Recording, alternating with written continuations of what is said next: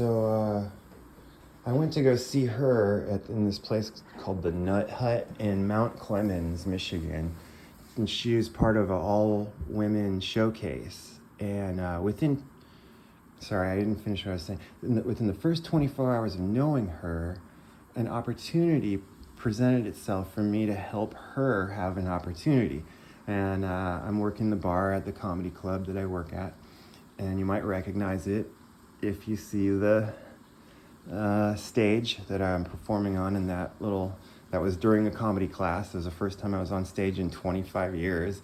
And as a stand-up comic, and I wouldn't call doing Richard Jenny monologues for theater stand-up, but that was the first time I'd ever done that. And I hadn't been on stage for 25 years since then.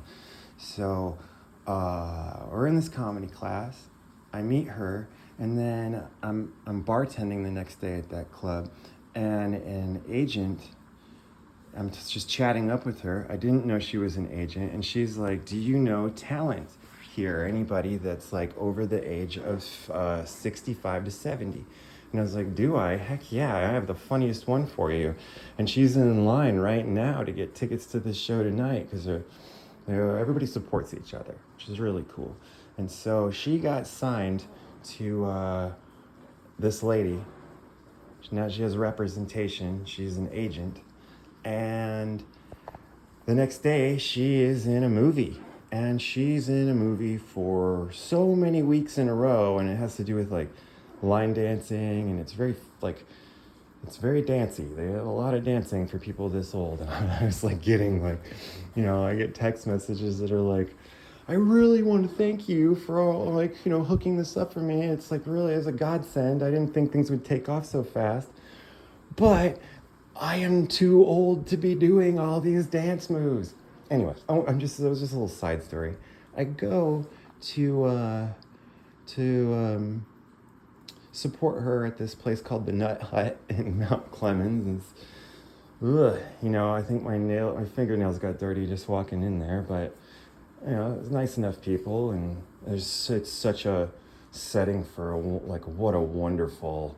If I'm ever do anything where I have a documentary about like the things I'm creating, I'm definitely going to add that to the storyline, but it's not my goal.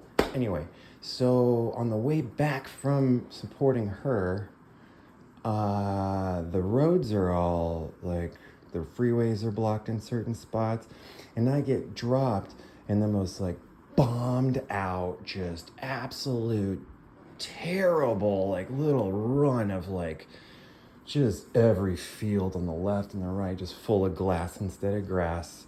And when you see glass instead of grass, you're in the wrong place, dude.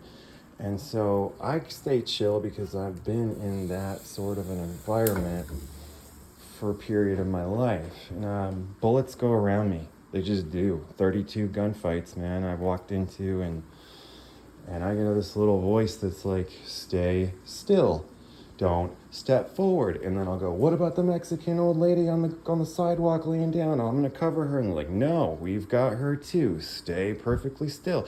If you step forward, you're dead." And then a bullet would just shoot through the trees and hit the tree right next to my head. If I would have stepped forward, I would have been dead. This has been like this my whole life, and I am really connected to some when my meter was running the other day, it said knows machine people, and you'd have to get into Terrence McKenna and the Machine Elves. I think it's really weird that a lot of people looking at all how they see life don't realize that it's all around them all the time, and that anything beyond that you can't see is just oscillating at it's going faster than us. We are slower into this density, so it holds us in this permanent state. And when you jump to hydrogen, I could go on. Let me finish what I'm saying. So that really made an impression on me, because what's happening in Detroit is a crime against humanity. And to wake up after drifting along with this kid and seeing like it was the same time of day as the time I woke up. There was that smoke, like a little bit of haze, but it wasn't as bad as it has been for the last, like the 2 days previous. And so organization. And I'm like, yeah, duh. Like all this, like these funny sets I've been making are about calling people out for neglect. Fathers who don't pay attention to their sons and they just sit there watching baseball, for example. I wrote a whole thing about doing an announcer voice where every time there's a play, it's actually about like you know, child support, cracking it out of the stadium, and it looks like we won't have joint custody back to school money this year. Way to be an absent father, that sort of stuff. It's really good. I'm running out of time here, man. I got like 4 seconds. So yeah, what if I do stand up and I bring some people together and we do start a little organization that has nothing to do with any stupid political party and try to show up the federal government. Everyone wants this narrative that these people are this and those people are that. And I know people feel like they want to do something. And there are a lot of white supremacists. Like, there's a biker club of white supremacists like right around the corner from my comedy club. And, you know, maybe if my friend gets like stage 4 cancer, he wants to do the whole hang glider into the IRS building thing, but not me. I don't want that.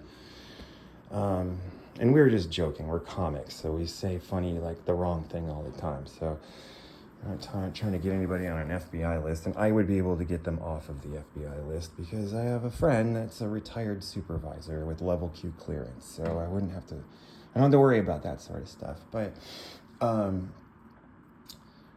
wouldn't it be cool to get people together all on the same page over something fun, raising money to just like really like fix some stuff? And before you know it, and there are billionaires that come into my club, that might catch like wildfire, like a Canadian wildfire. Also, I had something really funny happen today. So organization, all that stuff, I just think that's so, why not? Because what the fuck else am I doing?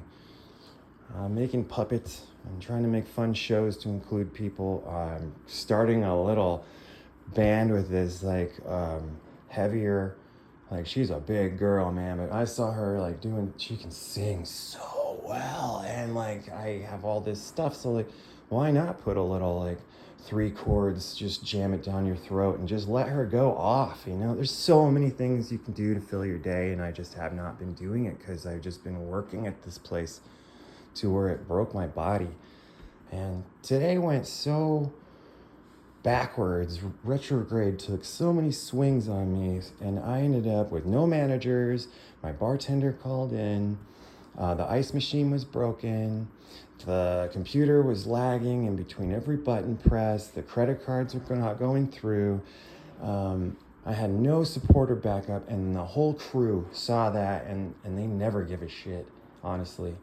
And they were like doing everything they could to keep things like moving. And in the end, I told them all to keep their tip outs, and they were like, no. And I was like, no, I want you to have an extra amount of reward for as bad as this was. And they're like, we want that for you too. So boom. And they just like, I walked out of there with a decent amount of loot. It was okay. I don't care about money. I never have cared about money. Anyway, it was a great day, and I have a direction. And if you're wondering my political stance on things, I've had a gay roommate with AIDS who I had to escort, out of straight bars and stuff. And eventually had to go to just gay bars with him. I know who I am and how, it's not my cup of chest hair, but I've had a lot of gay friends. And I had a black dude with a shower cap and cowboy boots who used to walk me around from like liquor store to liquor store and like meet everybody and take us to the bike track and stuff when I was like 6 years old. And my brother is like barely could walk, and I was like three and a half, I had a trans hairdresser when I was 8, and all I could do is pick up on the loneliness that this person was going through. And it was just Michael to me. They just had the same name as me. That was it. And they were lonely. And I'd sit and get my hair cut and talk, you know? Shit, I've hijacked trans shows to make sure the underdog won the contest.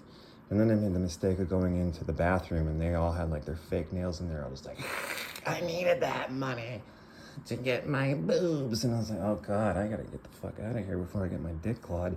Well, it's been fascinating.